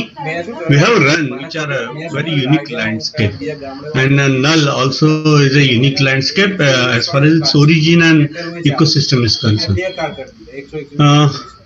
As we know, the river or drainage is a reaction of land to rainfall in that area or in the catchment. When the rainfall is more, the river density is more, bigger river. So it's also a wetland, and a lake is reaction of land when enough drainage is not available. So the water gets stored in low-lying area, in a flat terrain. So both are somewhere related to climate and then landscape. The coastal wetlands we know as we have wide diversity of coastal wetlands. Being the longest coastline, we have almost major wetlands that are occurring in India like coral, mangroves, mudflat, algal bed, marsh vegetation, creeks, salt encrustation, estuaries, salt pans, shore platforms, desert also. They are strongly influenced by the coast. We have beds, the beds on the periphery. There are reefs are there, coral reefs are there. The Gulf themselves are wetlands and open sea water, then which is a shallow sea water. So if you look at the coastline or intertidal region to subtidal region, we have right from mangrove, seagrass, coral reef and continental shelf, some part of it. So this all come along wetland. So we are lucky to have this wetland ecosystems because they supports very rich diversity and they also helps in so many issues which are now becoming global like climate change. So if you conserve them properly, they will help not only state but as a globally they will help to protect our planet. One of the things which is discussed is carbon sink, or which is linked to primary productivity. So the coastal wetlands are richest, they are above the tropical forest. So they are very important, and we have that resource. We have that coastal wetland. So it's good for us, good for the country. Some of the wetlands which are not much discussed, like mud flats, they are basically formed by tides, and when the river discharges the sediment, it gets redistributed by the high tide and low tide and longshore currents, and they are very rich in fishery, which is not considered or not accounted. The Mudskipper, huge population in the Gulf of Khambat, which Pagadiyas, they do this Mudskipper fishery, and this is one of the photo which I got near Kantia Jal. So, and this is all along the coast. They'll walk kilometers on this mud, and they know where to catch this Mudskipper. They also support bird and crab. As you move along, then you come to know huge population, like Sir said, flamingo in the Khambat. And these are very important. They protect hinterland from the coastal erosion. If you have long like Bhavnagar and area, long mud flats, so they at least inland is sure that they are being protected by some mud flats. Like South Gujarat, there are very narrow mud flats and they are getting eroded. So the coastal erosion can be seen there. Similarly, other coastal wetland is shore platform. We talk about corals and mangroves, but the shore platform, they are very rich in algal diversity and molluscan and other invertebrates.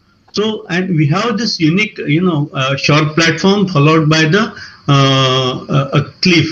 So this is all along from Mahua to Diu to up to say Veraval. And we have so many continuous and isolation the shore platforms. Even in Dwarka we have shore platforms. So they support unique diversity and they are rich in biodiversity. Seagrass we have in Gulf of Kutch. They are saline habitat, but they are very important as they work towards improving water quality. The clean water, they absorb so many sediments and pollutants, so water remains clean. They improve light availability to the other species, and that's how they increase biodiversity. They are very good, again, carbon storage and breeding ground of so many species. Coral reef, it's been talked so much.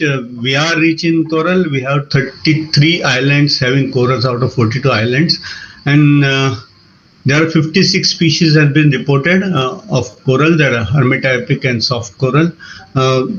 It's a breeding ground for many marine life, including fish.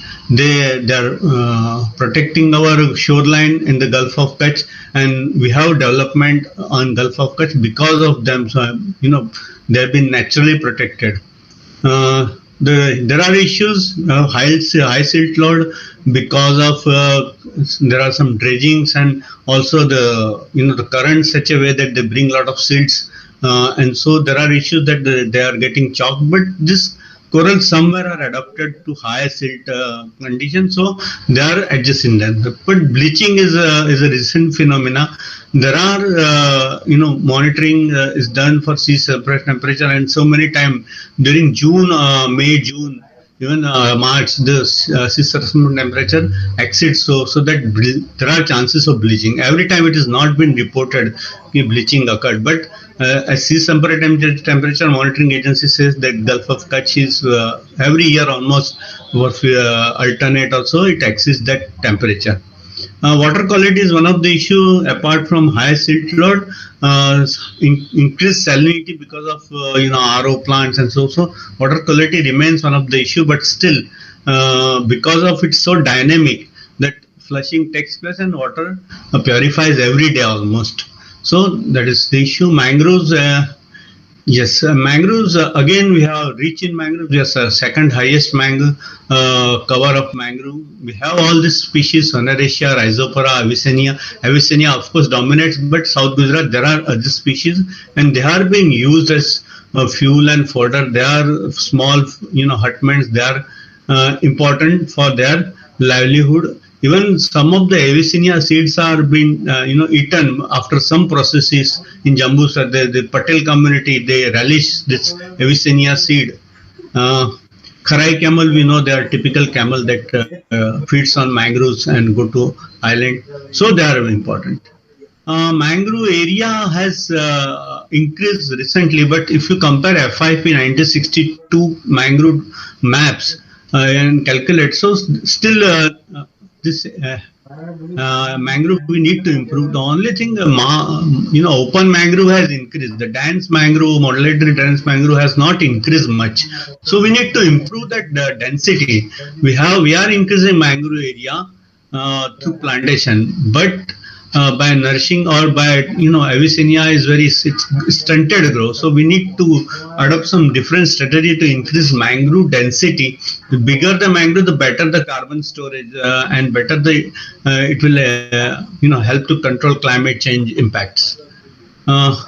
One of the mangrove area, Sravan Khawdi is known that inland mangrove, but at Guneri we have mangrove which is an inland mangrove, about around 3 hectare area of mangrove, and it's 5 kilometers away from the creek. It's almost near Lakhpat.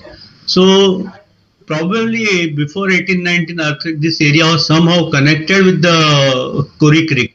Now it has gone away, but still there are mangroves. You can see that on the left side there is a satellite map. Just on the southwest corner of map there is a green patch. So that is this mangroves. And further north there is a dam which is barrage kind of thing, which is storing the fresh water, slowly turns saline. But these mangroves are somehow surviving away from the land. So this is a unique landscape of mangrove. Run area, again huge wetland. Long back it was a delta of Indus, full of fresh water. If you somebody is supposed to go to the Dholavira, how this Indus Valley civilization survived in that area. Perhaps this was a delta and we are receiving a lot of fresh water from Indus. So this is how the run was slowly got silted and turned into, slowly into a sort of a wetland. When Alexander visited India around 300 BC, he had to cross run using boats. So that was a shallow, still deeper than what is run today. So it was a wetland slowly silting up and drying up of this distributary of Indus. It turned into a run, but still we have its economic importance. And there is a tourism. The Dhordo White Run Festival is famous. Salt pans. Salt pans are, there we are getting a lot of marine chemicals and salt from runs, both runs. And we have biodiversity, wild ass, chinkara, flamingo city, raptors, several threatened mammals are also there. Now this is a run, just a imagery. When October, when there is post monsoon, how it is, waterlogged, and slowly April how it dries. So just area around Flamingo City and western runs remain wet. Otherwise, it is a dry flatland. but it remains wet October, November up to December. Large part remains waterlogged. So even you can see the south, there is a little and it also drains a lot of fresh water. Rivers. Now this is being not much talked as wetland, because we generally talk about the lakes and ponds and reservoirs, but we have a lot of rivers. Narmada Water Resource and Water Supply Department has identified 63 important rivers. These are with point of view of irrigation. They are the primary source of fresh water. All wetlands which we dams or small lakes, these are formed by either barraging or diverting fresh water from rivers. So these are important source of fresh water to other wetland also. Biodiversity, it supports crocodiles, otter, fish, but one of the important ecosystem that the rivers has this riparian forest on the bank. Its natural bank. They are very important, ecotone kind of a land and water. There is a lot of reptilian population. There are amphibians, and they keep this river water alive. Not only that, like earlier we used to get hear about the leopard coming to the downstream in the Mahi River. So the Mahi River is being used as a corridor for wildlife. So this if you have good riparian forest, it can be used by this wildlife to move along. This is a river map. So we know how, other than normal wetlands, this river is almost all aligned. And when there is not much river are there are other, like you have Nal Lake, where there is not much drainage, and wetlands of North Gujarat. Management issue. Yes, riparian forest is not given any importance, much importance. I won't say any importance, but it has not given due importance. There are issues like invasive species in this riparian forest, Prosopis juliflora and all that. So yes, but still, when it comes to river development, this riparian forest is ignored. Blockages, like so many dams and barrages concentrate, so many migratory aquatic species which stop moving, and so that these are one of the issues this wetland faces. Water quantity. Generally, when river is dam, it needs to have some environmental flow, but because of priority, many rivers lack this environmental flow, and that's how it adversely affects biodiversity. Water quality. Downstream of urban area or industrial area, there is always fear of getting industrial effluent and sewage into the river. So this needs to be controlled, checked. Salinity ingress in some of the dry, area where rivers where there is heavy damming is gone, so the saline wedge or estuary dominates and salinity ingress is taking place. In area like Vadodara and some small towns, when the rivers are not perennial, seasonal rivers, so this encroachment is a problem. Invasive species, I talked that there are like water hyacinths or prosopis, they are affecting a river. Lakes, Nal Sarovar has been talked much, Vadwana Lake, Kijadia, we have so many good lakes which are either natural or man-made, and they are important on point of view not only freshwater irrigation but tourism, birding, fishery, and there are like rich density and diversity of water flow and migratory birds. This is very unique to Gujarat. We are in such a geographical location. We have a lot of migratory species that visit Gujarat, and either a small wetland or big wetland, you can see some at least few migratory species in the season. I have been to other part of the country, we don't see such a bird diversity. Not even that, native bird species are also minimum in forest of MPs or Chhattisgarh, where there are water bodies, but you don't see birds. So that is one good culture. Perhaps Gujarat is saying we don't do much hunting and poaching, and so bird population, birds are more fearless here in the state, and so we have good bird population, not only migratory, native also. Yes, there are some water quality and depth issue like Nal Sarovar is getting managed manually, because when the Nal Sarovar is post-monsoon having fresh water, good depth, slowly turns into brackish or so. there is a shifting bird population. Every season, 15 days, different 1 month bird population changes. But if it is managed manually, it's supplied fresh water, so that changes might not be there. The diversity need to be monitored. This is Nal Sarovar. It receives water from both sides. This is the October image. You can see how it is getting slowly connected to Gulf of Khambat, and when the season is over, and it gets dry up and it's confined to a small water body. This was also, it says, geologically it was connected to Gulf of Khambat, and some researchers say it was connected to Gulf of Kutch also through Little Rand. So this is again a unique wetland. Charidand also has been talked. It is a unique wetland. It is located in western Banni. There are so many small streams which drains into the Banni and Rand from Kutch mainland. But there are, I think, 8 or 9 streams. This is the only, Chari is the only stream which is not dammed. And that's how this Charidand is alive. There might be other similar wetland in the past. Because of damming, the freshwater inflow has reduced. So this is the only, remnant of that all wetlands, Charidan. It is a rich wetland and so many bird diversity like Susceptible lapwing has been cited. Grey hypocolis, which is again a, it is found generally in Arabian country or Central Asia. This also been reported from Charidan. There are like so many wildlife because it is rich biologically. So many hunting like jackal, jungle cat, caracal, spiny-tailed lizard, shinkara has been observed. It is an important source of fresh water for Bandi cattle. Whenever you go, you can see a lot of cattle population, and there are birds of prey, good population of birds of prey, and of course the common cranes, which are in huge number if you go in winter. Ponds. Village ponds. This is one of the important thing. Gujarat bird diversity ponds, small village pond has also unique role to play. Birds are been sighted in big wetland, but as the winter slowly goes and the birds migrate back, they may use this wetland. We have seen so many bird species in small wetlands also. Village ponds. They are important source of domestic water supply. There are so many aquatic species which are can be cultivated, and some of them are being cultivated. Fishery, which is again is being done.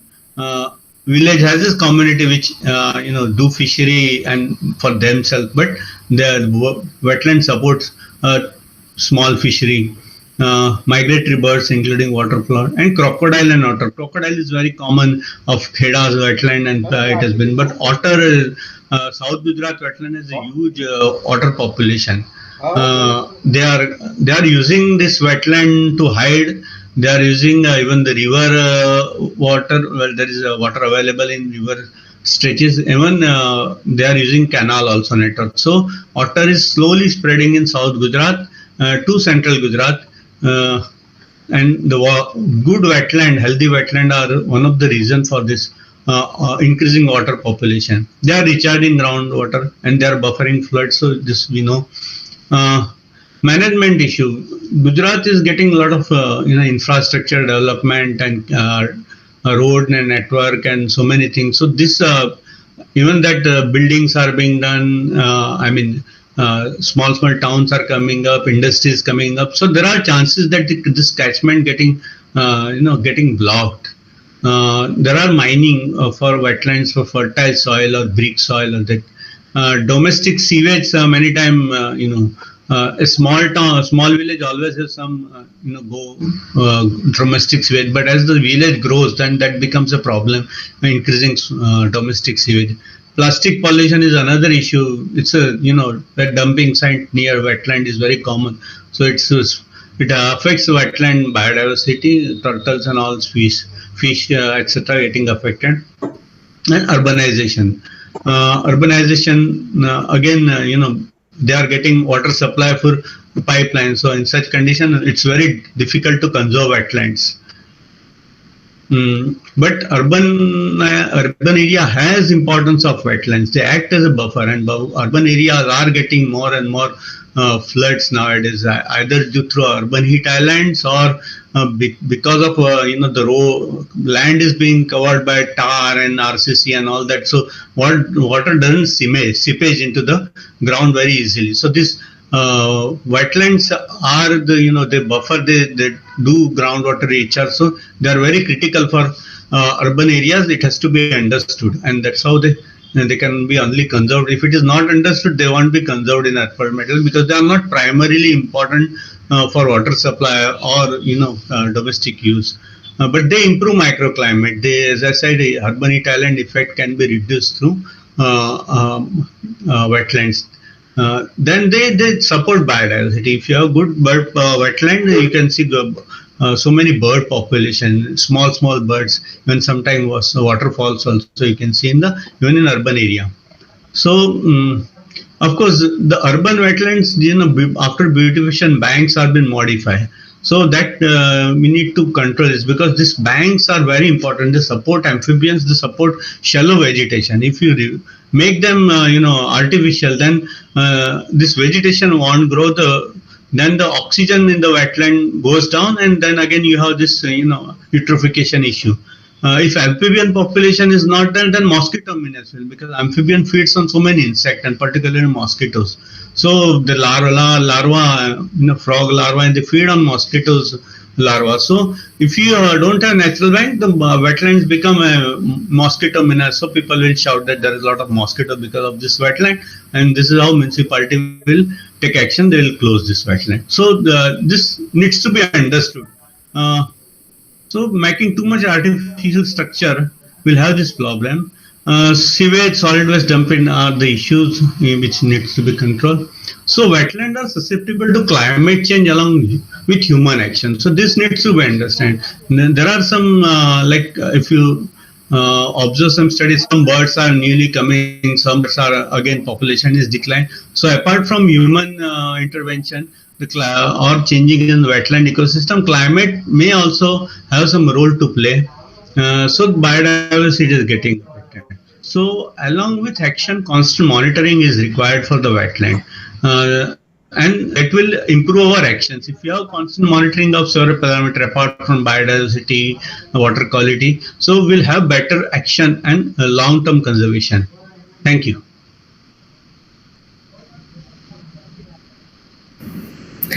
Thank you so much, sir. You had nicely given the deep information about the ecosystem status of the coastal area, seagrass, mangroves, the run and rivers, and its conservation. Thank you so much, sir, for such a nice informative session. Welcome. Now we move forward for the last session. Now I invite Dr. Ranjit Singh Devkar, sir. Sir is the professor of geology, MS University, Vadodara. And the topic for this session is the wetlands of Gujarat and its avifauna, past relicts and future concerns. I would like to request sir to start the session.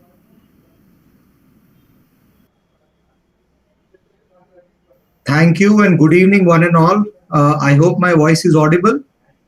Yes, sir. Yeah, I will share my presentation and then just let me know whether you are able to see it full screen. And is the slide moving?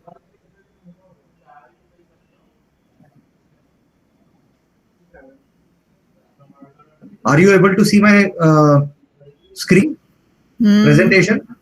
No, sir.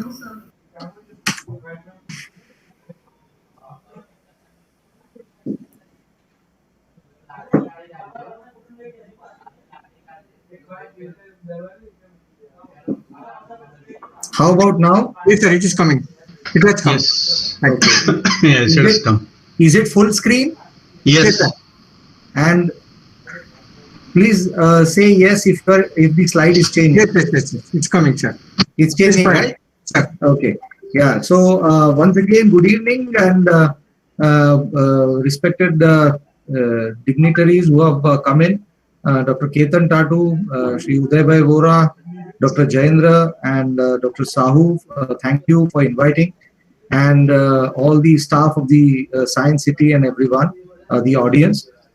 Well, the previous three speakers have made my task simpler in the sense that they have given an elaborate account of the wetlands of Gujarat and especially the concerns that are there and what makes the wetlands of Gujarat so special.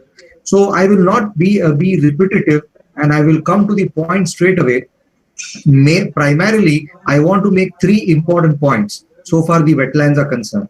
Yes, we know that there is a problem with the wetlands. Yes, we are aware that there are issues with the health of the wetland. But then what is the, how do we study it and what different needs to be done is the concern right now. And everyone is talking about it. Well, being a zoologist, I will give my own perspective and point of view. But to begin with, I thought, let us go into the history. And because we are talking about Gujarat, we certainly would like to understand that the current Wadwana, Thol, and today declared the Khijadia, which has been declared as the Ramsar site, right? And there are many important bird areas, IBAs, and there are many potential, many sites that have the potential of becoming Ramsar sites, like the Ajwa or the Sayaji Sarovar, the Chimnawai Sarovar. I will show you a list of it later on, right? But the question is that, well, Ranjit Sagar, Khijadia, the Marine National Park, Kodda, Charidand, I want you to understand and appreciate the past of the land where we are, that is the state of Gujarat. It was not in its present form. It was the state of Bombay merged with the Saurashtra and Kutch to form the Gujarat. But if we take the relics from the royal past, I have just taken an account from the contributions of Maharaja of Baroda, Sir Sayajirao Gaikwad III. I had the good fortune to meet one of the royals and take these few screenshots.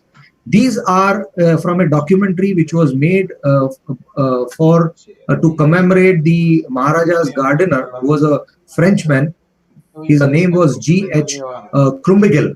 And Maharaja had a rule at that time that every village should have a Gram Talaudi. That is, a village pond has to be there. Now, the village pond, there was a separate Talaudi for irrigation and for the purpose of cattle bathing and for the cattle. And for the people to drink water, there used to be either a Talaudi or there used to be a well of a very big size. It can be a vow, that is a baudi or a vow or a step well also. Now, all these artificial, I am emphasizing on the artificial or the man-made reservoirs of water today in present Gujarat are attracting migratory birds in large numbers and are supporting the wildlife. Every person here will agree to this fact that the Gujarat is not simply and purely about the conserved or protected wetlands, but there is so much of wildlife outside the protected areas also. Now, there is a separate Talaudi, as I told you, for the drinking purpose. Now, I thank here Dr. Shri Udaybai Vora for sharing the gazetteer, and I went through the Royal Gazetteer of the Baroda state published in 1923, and it was some interesting facts where I could find out that the upwelling of water from Narmada River was difficult and it was rather an expensive business. And Mahi River, it was currently not feasible. Hence, the proposed idea of Sayaji Sarovar was there. Ajwa Dam was mooted. And today, being a Barodian, I am very happy to share that Ajwa is sharing water with the more than half of the Baroda city, but is also a very important birding area, and it sustains so much of bird life. So, statistically speaking, there were about 600 reservoirs of varying sizes in different, about 8,500 odd villages. There were about 600 bowries also, 6,000 reservoirs, 600 bowries, and even in the coastal area, where those were the coastal wetlands, salt water. But since the people were there, the Gaikwad of Port Trust had built freshwater lakes over there also. Then there were about 600 medium to big sized irrigation tanks and 60 large size irrigation tanks, which includes the present day Wadwana, and so many of them, which have been built by the other princely states, the Gondal, Bhavnagar, Jamnagar, Junagadh, you name it, and you've got so many of them, and they are all attracting the bird life. So majority of the water bodies, they even till today are important bird life. So this is a long list of, I'm not going to read all of it, but there were lots of there in the north, central, as well in the south Gujarat. Today are important birding areas for all the bird watchers, and also is sustaining other animal life. Well, Baroda, so to say, was having about 64 big and medium-sized water bodies. In the pre-independence era, we just have got now 17 of them, and they are also in a very bad shape. I should say that they really require some efforts for protection. As a student, I do remember birding in Gotri Pond or the Harni Pond, but it's hardly there. Anything is there now. Now, Sir Sayajirao Gaikwad also favored the idea of river linking for flood mitigation, and he believed in making the rivers operational. And this was his view. And this was another interesting fact which I found out, that in 1910, the present-day Sardar Sarovar was actually, the idea was mooted by Sir Sayajirao Gaikwad, and it was called as the Royal Gaikwad Sayaji Irrigation Yojana. And the famous engineer Vishweshwaraya was in charge of it. And 1953 it was renamed as a Panam Yojana, and it's only 1979 it was renamed as Sayaji Sarovar. So this was another very interesting fact. Here I would like to quote Shri Jitendra Singh Ji Gaikwad, who shared these details with me. Okay, so coming to the migratory birds, just now Dr. Jayendra had referred that there is so much of diversity in Gujarat. The reason is because we are on the Asian Migratory Flyway, formerly called as the Oriental Asian Flyway of migratory birds, where the birds are migrating from the Siberia or the Central Asia or from Europe into the the South Asia. Now, because of the Himalayas, only the powerful flyers like bar-headed geese, and very few of them, can cross over the Himalayas. So they have to come through a roundabout way via Kazakhstan, Afghanistan, Pakistan, and then entering either through Rajasthan or through Gujarat. So by that virtue, Gujarat has got a geographical advantage when it comes to the migration. These arrows show the route of migration. So why birds need wetlands? Well, wetlands are important stopovers. That's why the run of Kutch is very important as a wetland. They are feeding grounds. Generally, the birds don't feed during the migration. That is their physiological adaptation. But generally, roosting and shelter is very important, and virtually undisturbed vast expanses of land, like in Thar in Rajasthan and the run of Kutch in Gujarat, are ideal for the birds for there, and also the social interactions. Here, I've just taken a screenshot and shown you the the white-eyed pochard or the Ferruginous duck. The maroon color is showing its breeding grounds, and the blue color is showing its wintering grounds, and that is how it migrates to and fro in the Asian flyway. Well, so this was one point which I wanted to make. The second was that there are various ways in which a wetland can be modified for irrigation purpose, and we have seen Shri Uday Bhai referred to Charakla. It's a man-made structure. It's a salt pan. Yet it is sustaining wildlife. It is bird life. It is also sustaining breeding of certain species of birds, as they've been documented. So any form, any man-made structure actually will be attracting birds. Let's not forget, may it be Khijadia or may it be the famous Bharatpur, Kevladev Ghana National Park, is a man-made structure. So the birds will be definitely attractive. I will just elaborate Dr. Jayendra's point on riparian habitat. This is a cross-section of a riverine ecosystem, not very acknowledged as much as a wetland, but majority of the riverine ecosystems that are there in Gujarat as well as in India, especially the seasonal rivers, have turned into gutters. The reason is because of the opening of the domestic sewage and the industrial waste in the waters of these rivers. Now, another important problem is the riparian region is not adequately understood, and there is extensive damage and encroachment in the riparian region. Where the water ends and the soil starts is the water-soil interface depicting the riparian region, which is full of life and sustains a lot of life, including the reptiles, the amphibians, so many species of insects and spiders, and in Baroda, the Vishwamitri, the famous crocodile also. Now, this is a riparian region, as you can see, right? It's a healthy pond ecosystem and it's a riparian. Now, what if we people, that is what human beings do, is just to appear, make it look cleaner, we do cement embankments. Now, this kills all the riparian region, and this very soon will be turning into a tank, and it is not a wetland anymore. This is the degraded riparian region of Vishwamitri River, showing the cross section of the river and how the riparian region is not taken care of. There are multiple values of the riparian habitat.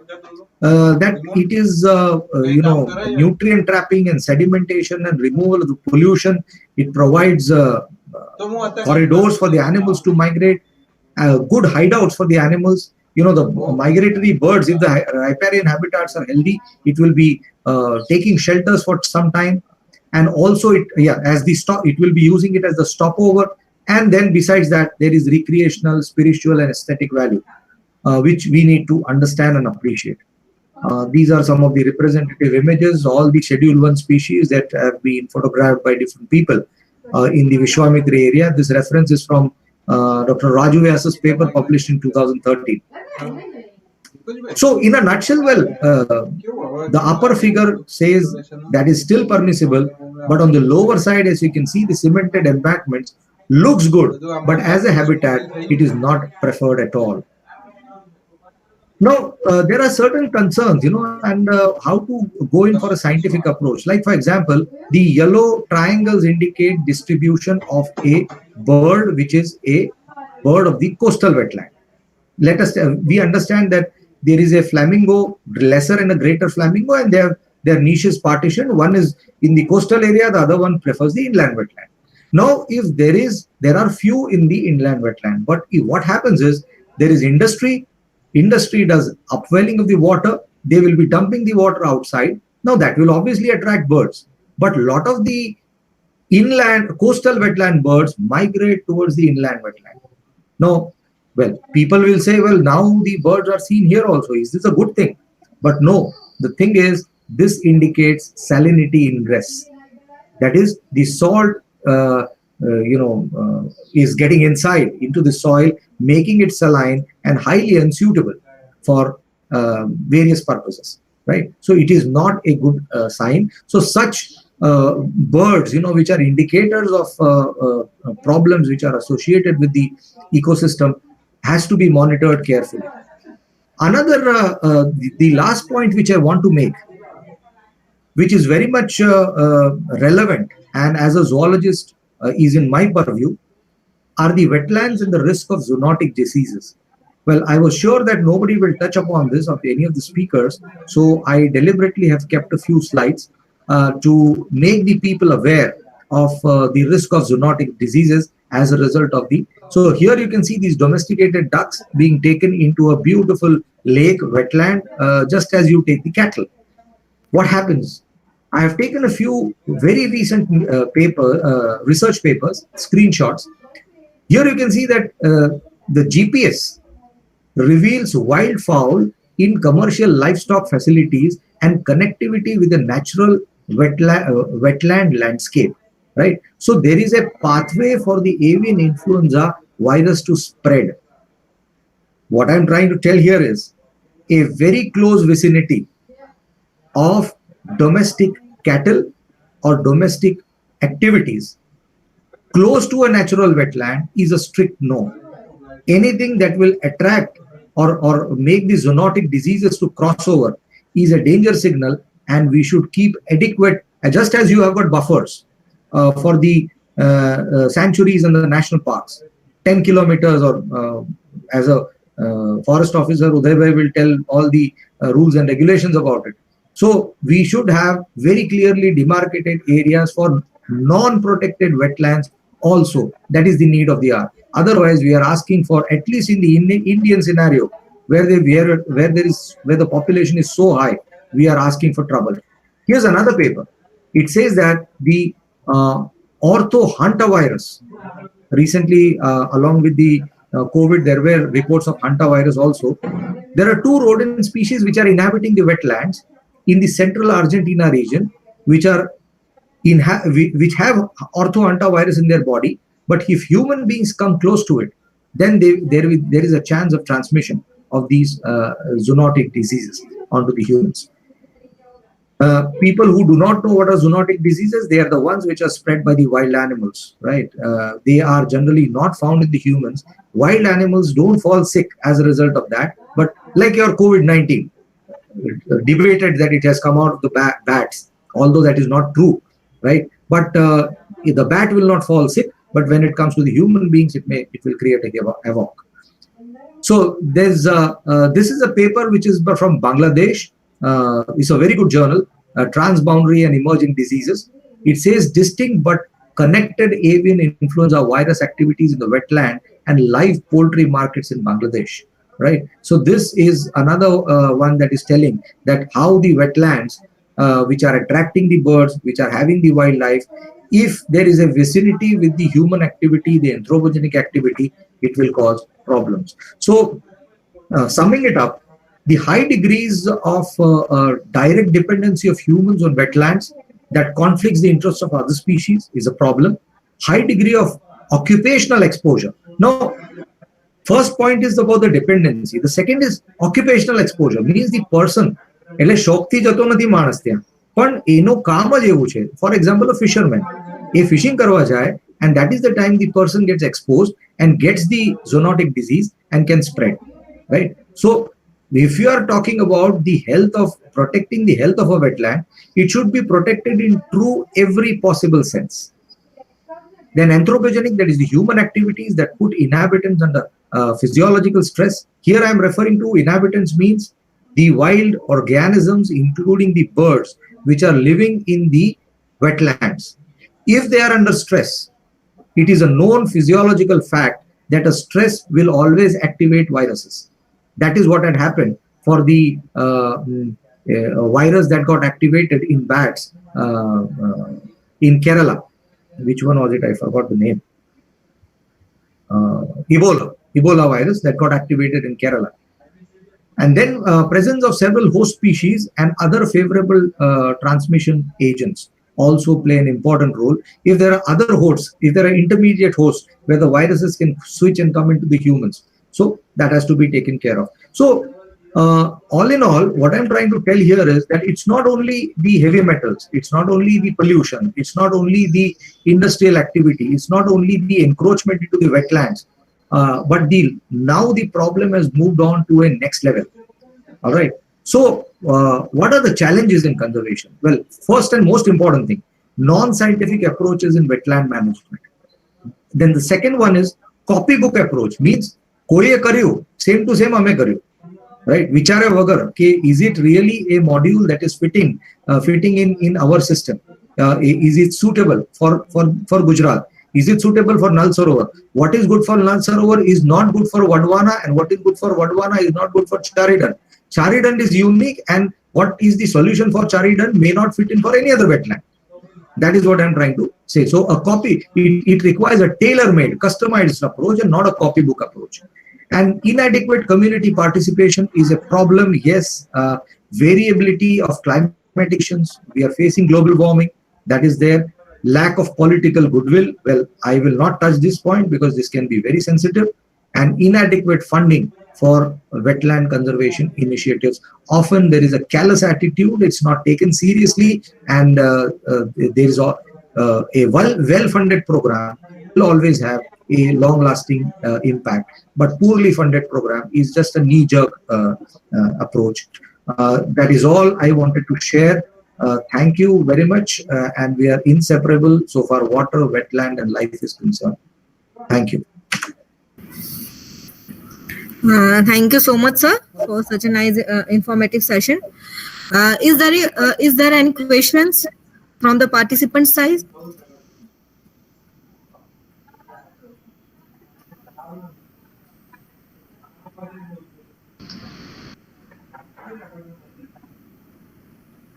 I think there is a no question. Now we move forward for the concluding. I would like to thank all our participants for attending this webinar. I would like to thank Excuse all me, madam. and resource person to spend their valuable time for this webinar. I would like to thank Shri H.C. Modi sir, our Executive Director, and Dr. Narottam Sahu sir, who are very keen for this type of organizing this type of programs. I would also like to thank my colleagues from Science City and GUJCOST to make this program successful. Thank you, all of you.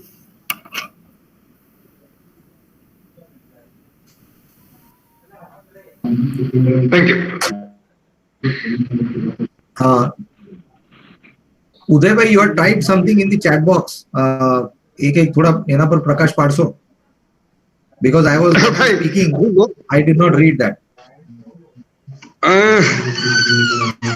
નળ સરોવરમાં આવ્યો છું.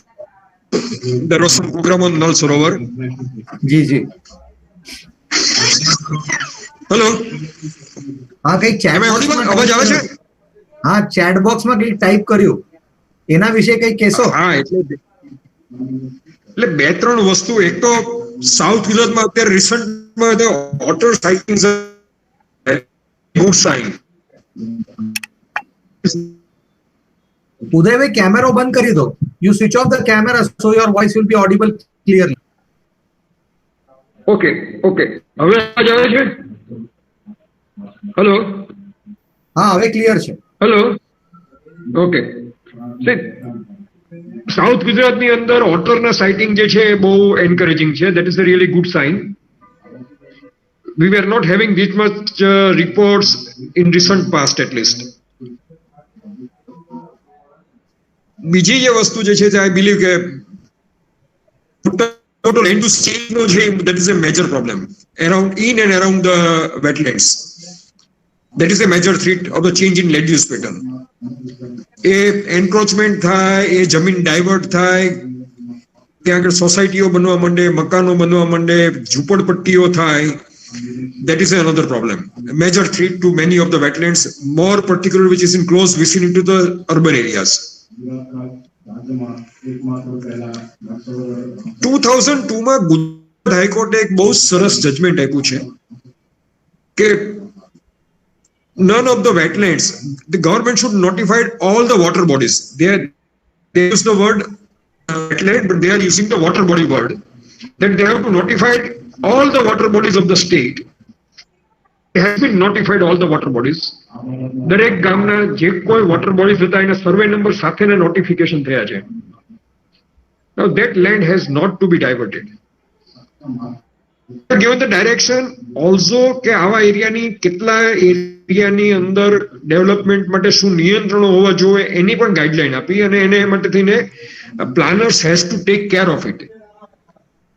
પણ ઘણી વાર એવું લાગે કે આ બધું ગોળી ગયા છે, એની ઉપર પૂરતું ધ્યાન અપાતું નથી. એટલે આ બે ત્રણ વસ્તુ બહુ અગત્યની છે. આપણે ગેવિયર લેકની માટે થઈને એ જજમેન્ટ આપણા કામમાં આવ્યું હતું. ગેવિયર લેકમાંથી કંઈક રસ્તો ને બધું પસાર કરવાના હતા, તો એ જજમેન્ટની હેલ્પ કરી અને ઇન્વર્ઝન અટકાવ્યું, અને ગેવિયર લેકને નાનું થતું અટકાવવાનું. સો આ બધા વિચારો ઉપર we should know about what were the directives and what is the law provision where it can be used for the conservation of the wetlands.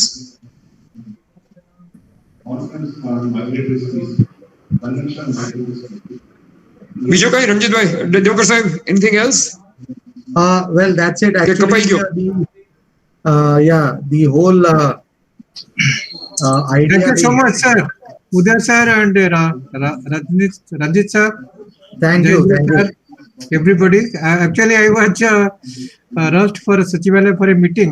I couldn't join you in the beginning, but I was very happy. I was taking a note of all the presentation. Thank you so much. Our virtual presentation. Thank you, Dr. Sahu, for inviting us and organizing this. No, you are always in our team and in our mailing list and things. Only thing that the situation is not permitting to allow any physical thing, so that we can't meet closely and openly. But we will be definitely looking forward some good to bringing all of you as well as our wetlands, our class and the community. Certainly, sir. Thanks. Thank you. Thank you. Thank you. Thank you. Thank you. Okay, bye.